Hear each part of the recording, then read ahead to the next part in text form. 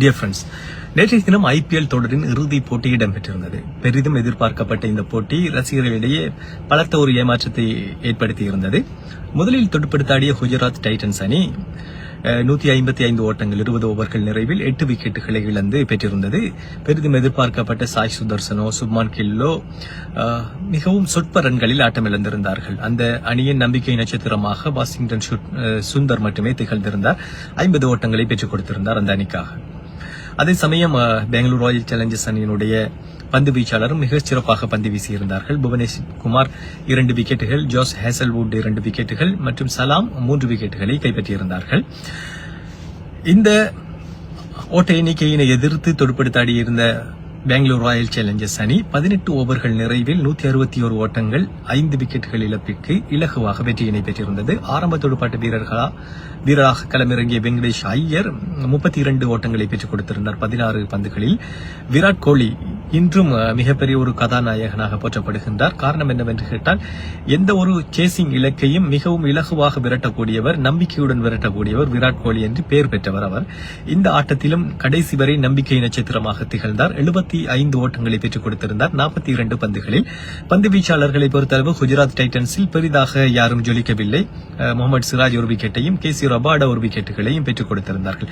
கடந்த முறையும் Royal Challengers அணிதான் சாம்பியனாக இருந்தது. இந்த முறையும் அவர்கள்தான் அந்த சாம்பியன் பட்டத்தை தக்க வைத்துக் கொண்டிருக்கின்றார்கள். இது ராயல் சேலஞ்சர்ஸ் அணியை பொறுத்தளவுக்கு 2வது சாம்பியன் பட்டமாக இருக்கின்றது.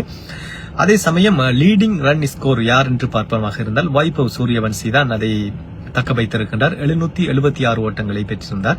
2வது இடத்தில் சுப்மான் கில் 732 ஓட்டங்களையும், 3வது இடத்தில் சாய் சுதர்சன் 722 ஓட்டங்களுடன் இருக்கின்றார்கள். லீடிங் விக்கெட் டேக்கரை பார்ப்பமாக இருந்தால் கேசி ரபாடோ 29 விக்கெட்டுகளையும், புவனேஸ்வர் குமார் 28 விக்கெட்டுகளையும், ஜோஃப்ரா 25 விக்கெட்டுகளையும் கைப்பற்றியிருக்கின்றார்கள். இதுதான் ஐபிஎல்லுடைய மிக முக்கியமான சாராம்சமாக இருக்கின்றது. வருகின்ற ஐபிஎல் தொடரில் யார் சாம்பியனாக போகின்றார்கள் என்ற ஒரு விடயத்தோடு மீண்டும் ஒரு வீடியோவில் சந்திப்போம் நண்பர்களே. இன்னொரு விடயத்தையும் நான் சொல்லுகின்றேன். சாம்பியன் லீக்கில் பொதுவாக PSG பாரிஸ் செயின்ட் ஜெர்மன் மற்றும் ஆர்சனல் அணிகளுக்கு இடையிலான போட்டி பெனால்டி ஷூட் அடிப்படையில் மிகவும் பரபரப்பாக முடிந்திருக்கின்றது. அந்த போட்டியிலும் கூட ஒரு சுவாரஸ்யம் இருக்கின்றது. என்னவென்று கேட்டால், PSG சாம்பியன் பட்டத்தை வென்றிருக்கின்றது. அவர்களுக்கும் இது 2வது பட்டம். நடப்பு சாம்பியனாக அவர்கள் தான் இருந்தார்கள் சாம்பியன் லீக்கில். கடந்த முறையும் அவர்கள் தான் கைப்பற்றியிருந்தார்கள்.